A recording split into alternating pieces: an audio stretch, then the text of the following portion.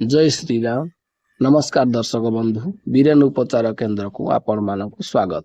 बंधुगण, तरकारी, पान मसला, चा, कॉफी विभिन्न खाद्य पदार्थ रे व्यवहार हेउथिबा गुजराती को किए बा न जाने। गुजराती द्वारा बहुत गुड़िए रोग मध्य भल होई पारि। आज आमे जानिबा गुजराती रो औषधीय गुण विषय रे। तेणु वीडियो को शेष पर्यंत निश्चय देखंतु। एबे जानिबा गुजराती रो औषधीय गुण विषय रे। गुजराती सुंदर सुगंधित खाद्य रे रुचि बढ़ाई थाए। यह हजमकारी अटे। परिस्रा अधिक कराई थाए।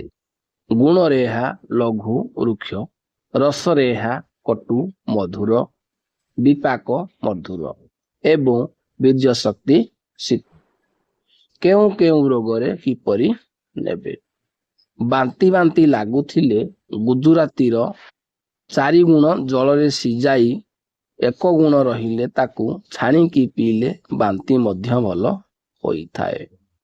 पेट बथा हेउथिले बा पेट फांपी मारिले गुजराती 2 ग्राम, धनिया 2 ग्राम, डालीचीनी 4 ग्राम एवं रक्त चंदन 2 ग्राम मिसाई क्वाथ करंतु।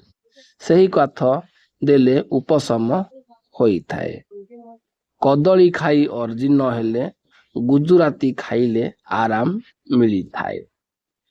आम झाड़ा तथा प्रवाहिकर रुकुणा हाथ पेंथा पत्र 4टी एवं गुजराती 2टी बाटी दिन को 2 रु 3 थर खाइले आम झाड़ा भल होई थाए। जकृत सथरे खाइले एवं बोलिले मध्य आराम मिली थाए। ब्रुकक पीड़ा हेले तरभुज मुंजी सह गुजराती देले मूत्र मात्रा बढ़ी थाए एवं वेदना भल होई थाए। परिस्रा अल्प अल्प हेउथिले अँला रस, दही पानी, गुजराती गुंड मिसाई खाइले रोगरे आराम मिली थाए। नेत्र रोगरे एहार चूर्ण को छेली क्षीर सहित भावना देई कजल लगाइले आखि को आराम मिली थाए। हृदय कंपन हेउथिले पिपली मूल घी सह मिसाई दिया जाई थाए। मुंड दोष, मुंड भ्रमरे गुजराती चोपा सह मिसाई पूर्वरु बर्णित क्वाथ बा गुड़ सहित मिसाई देले मुंड भ्रमरे उन्नति होई थाए।